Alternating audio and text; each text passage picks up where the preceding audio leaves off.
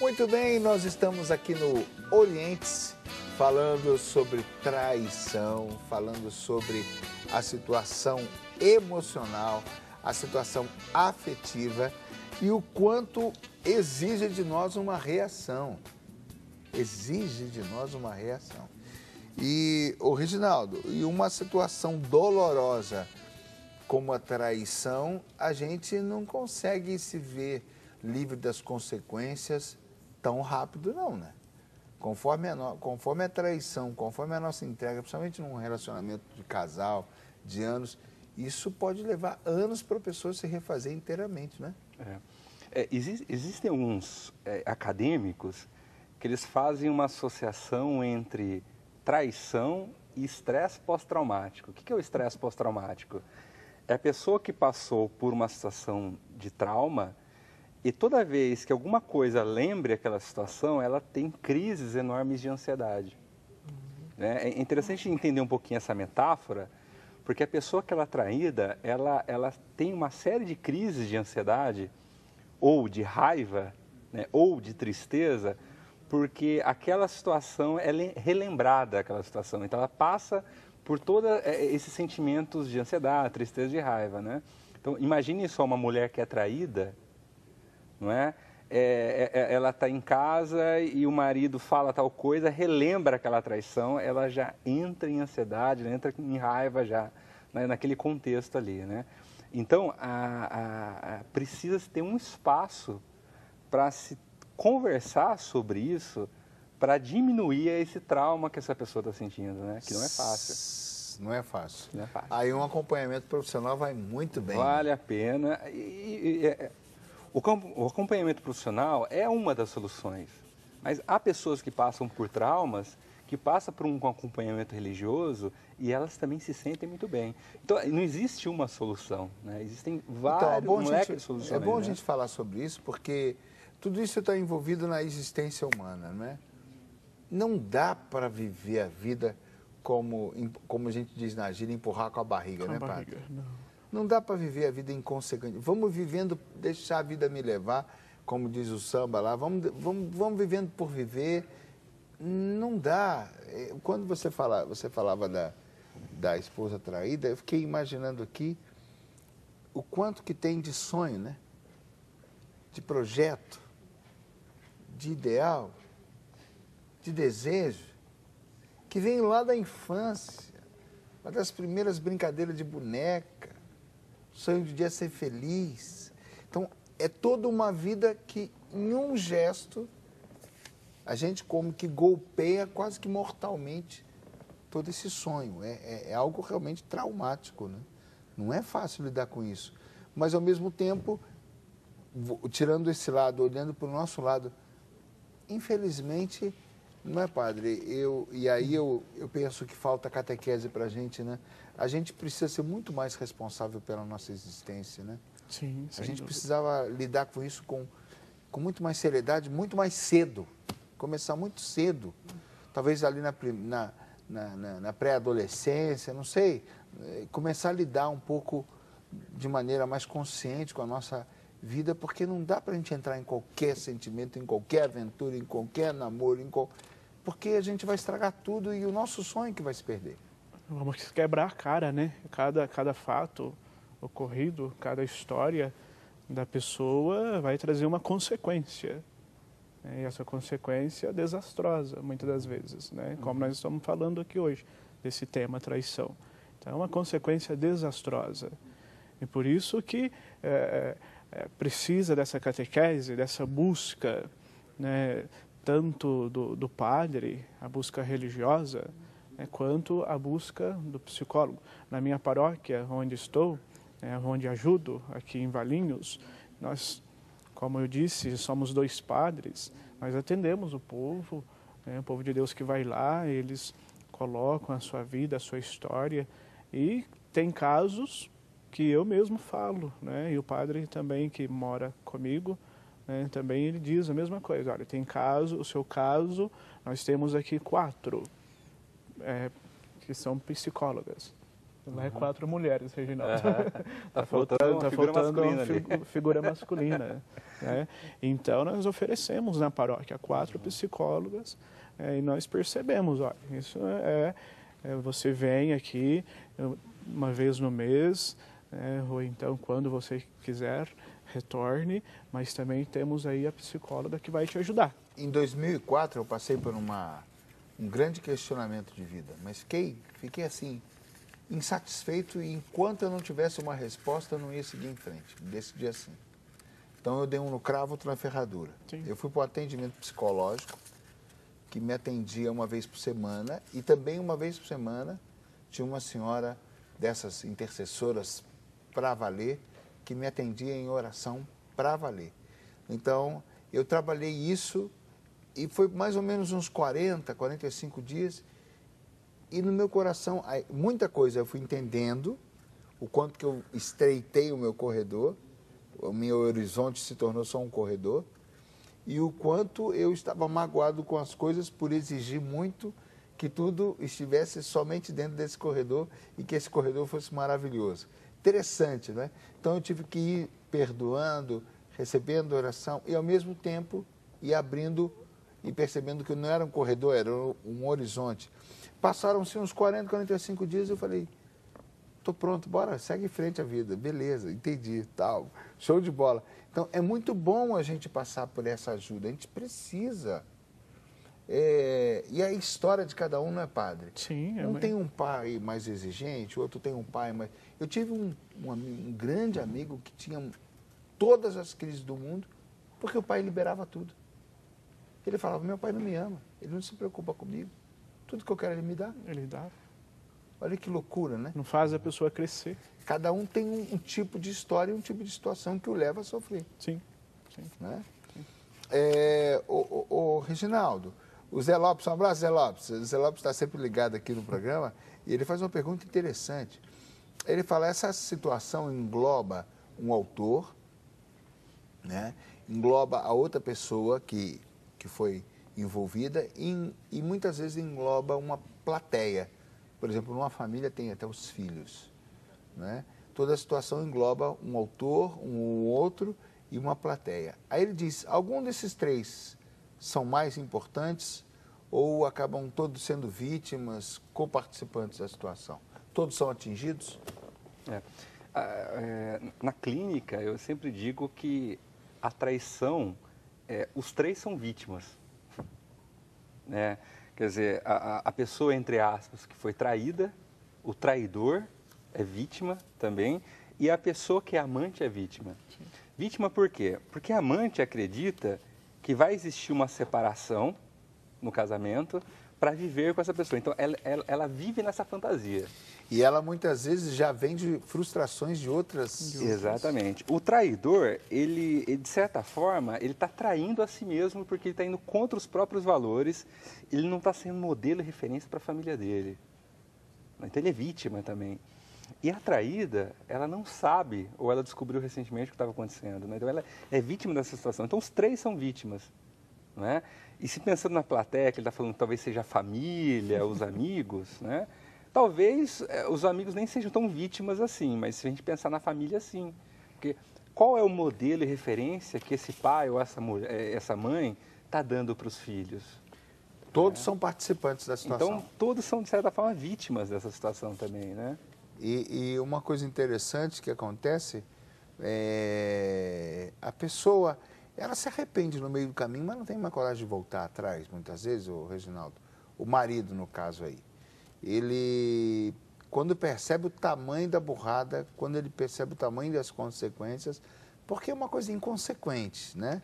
Você faz sem medir. Como o padre falou, o impulso. Uhum. Fez por um impulso.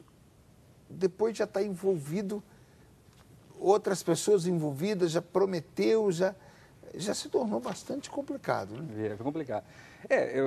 A gente pode começar com a ideia de que a traição, ela também pode ser vista como um vício. É muito interessante, a gente que atende em clínica, a gente atende pessoas que traem muito. E é como se fosse um vício. A pessoa faz uma vez, faz uma segunda vez, e ela não para, ela entra como se fosse um jogo, ela se vicia naquilo, não é? E aí ela só começa a sofrer quando ela é descoberta. E aí ela sente culpa e tudo mais, aí abre espaço para ela sofrer naquela situação. Então, assim, a traição é um vício, a gente até fala assim, nunca traia. Uma paranoia. Oi? Uma paranoia. Ela gosta da aventura ali, do segredo, do risco, do adrenalina que dá. Será que é um pouco do vício? É difícil generalizar, Laércio, pelo seguinte, a gente poderia pensar que para acontecer uma traição, a gente poderia pensar, primeiro, um dos pontos é a qualidade do relacionamento. Qual é a qualidade desse relacionamento? Só para pensar na qualidade do relacionamento, a gente pode pensar em várias coisas. Então, por exemplo, o relacionamento começou errado, às vezes começou com uma gravidez, então o parceiro não gosta dessa pessoa que ele engravidou. A gente poderia pensar, às vezes, o estilo de conviver com o outro. Às vezes, falta modelos afetivos em casa e essa pessoa não consegue ser afetiva com o seu parceiro, né? A gente pode pensar também em várias outras coisas que estão em jogo nessa qualidade, que ela não se mantém essa qualidade. Ó, eu estou tocando no ponto da qualidade, mas pode nem ser a qualidade. Pode ser que até haja qualidade, mas a história individual de cada um, às vezes, é muito complicada, viu?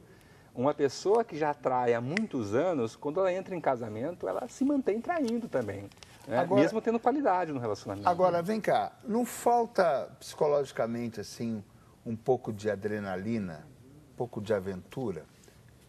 A gente não pode dizer que tem pessoas que, quando se casam, assumem a instituição como algo muito rigoroso, como um exército, e você tem que viver aquilo ali, e é justamente essa rotina que vai deixando você morto. Porque eu vi uma vez uma crítica no jornal muito interessante, muito legal.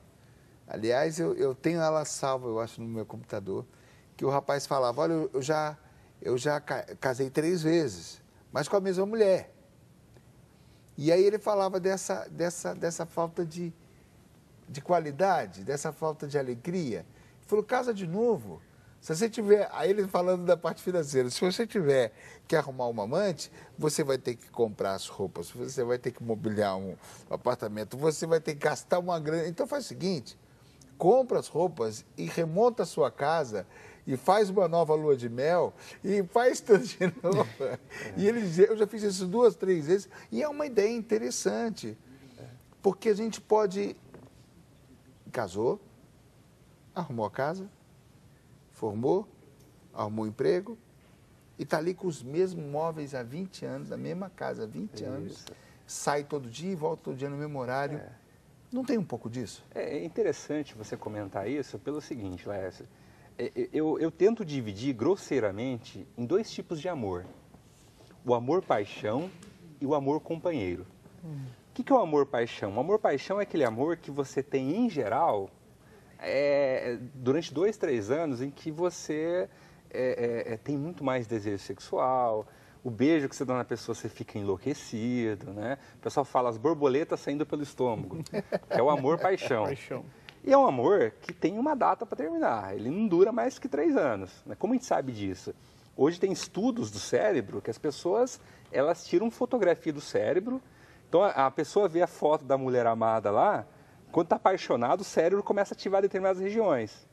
E é muito interessante, depois de 2, 3 anos, a pessoa volta para aquele aparelho, aquelas regiões não são mais ativadas. Ou seja, a paixão não existe mais.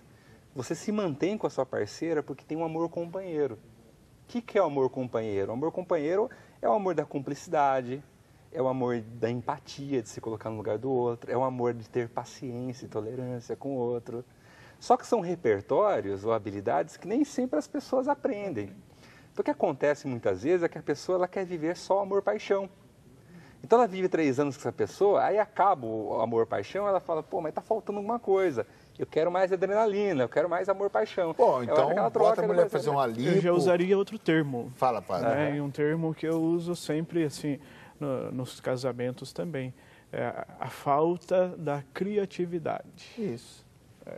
É isso. A criatividade. Boa. Faz uma musculação, faz uma lipo. O vai... amor é criativo Meu por Deus. natureza. É criativo mesmo. Isto. Então, você tem que criar coisas. Isso. Você tem que criar momentos. Ótimo, isso muito bem. Né? Você tem que ser criativo. Eu falo muito. Olha, se não for criativo, vai durar 2 anos, 1 ano, 6 meses.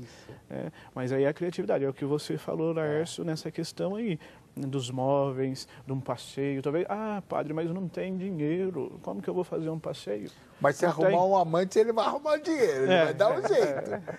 Sim, então tem que ser criativo. Boa, Alessandro. Eu acho que o amor companheiro, ele exige criatividade, viu?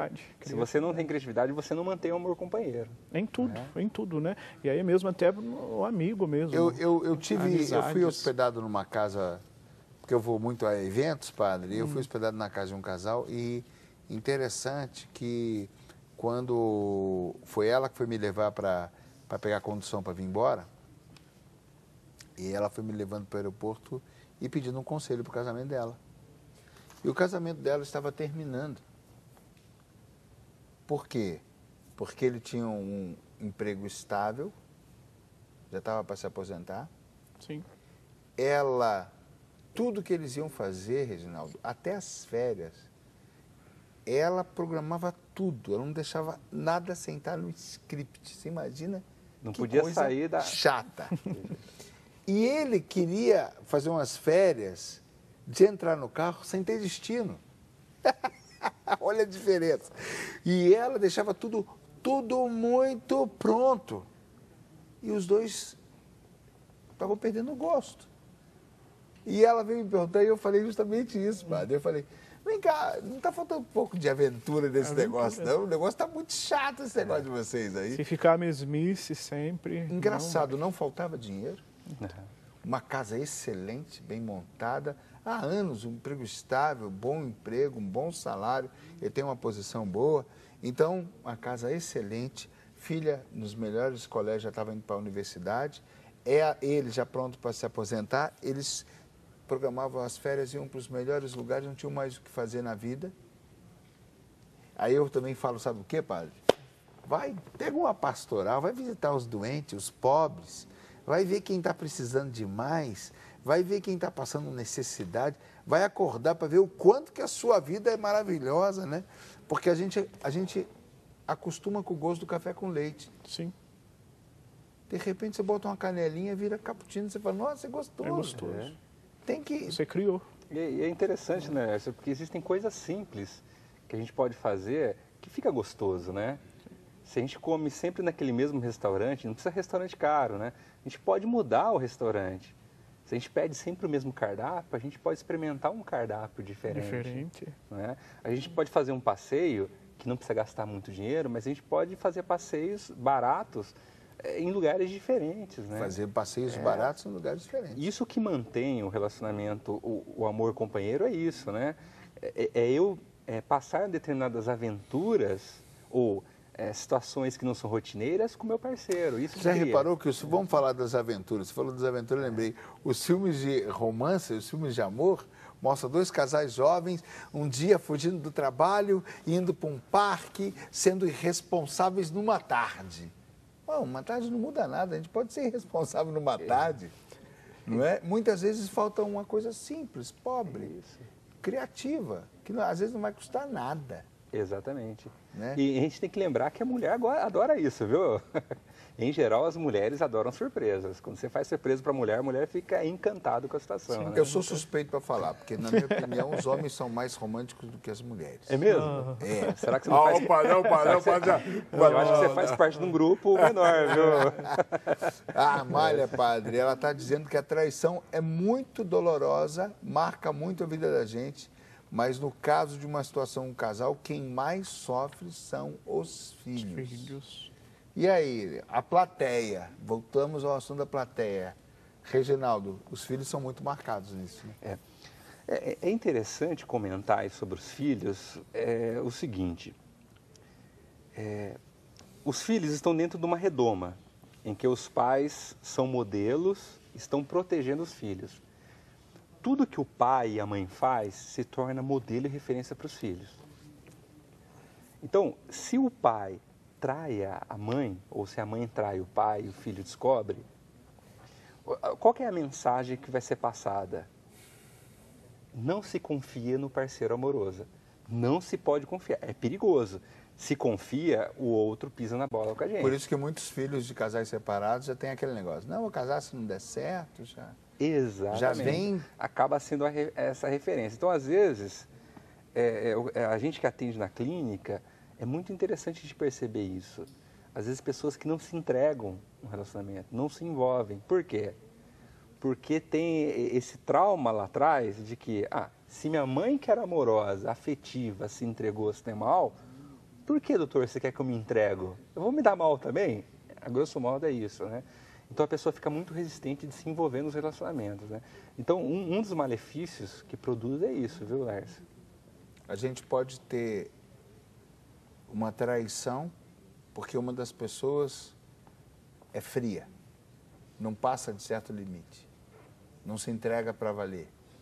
E o outro vai percebendo, ela não se entrega, e o tempo vai passando. É a típica atitude, né? No caso, a gente pode encerrar esse bloco falando, o amor é criativo da parte dos dois. Da parte dos dois.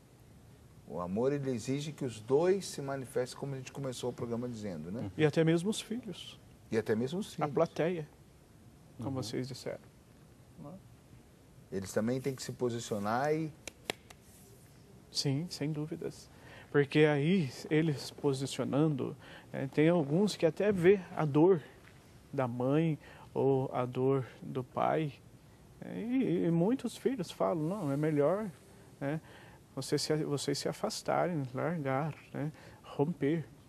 Né, porque está havendo aí o quê? Uma cumplicidade também. Ele está ficando aqui só por causa de mim, da minha pessoa. Mas só que aí há uma tristeza dentro de vocês. Há uma infelicidade. Interessante o jeito que o padre coloca, né? O filho pode ser um mediador de paz, então. Sim, sim. Se ele tiver uma boa maturidade... Tem vários casos que acontecem.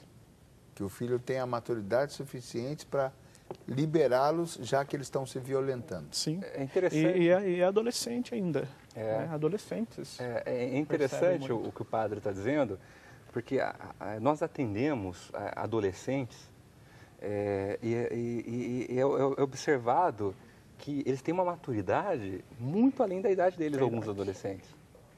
Eles observam como os pais se relacionam, eles entendem por que eles se relacionam daquela forma. É muito interessante a gente atender e perceber que o adolescente superou o pai e superou a mãe. A mãe.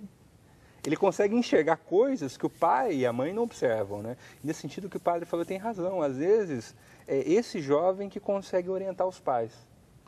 Eu estou adorando esse momento do programa porque a gente pode já concluir que o amor não é água parada.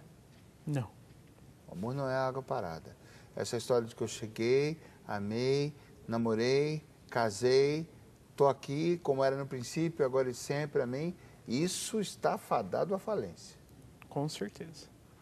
Quem está falando é o padre, não sou eu não, nem é o psicólogo. O amor é criativo. O amor é criativo. Por natureza. O amor é sair de si mesmo. Sair de si mesmo. Nós vamos para o intervalo e voltamos já já.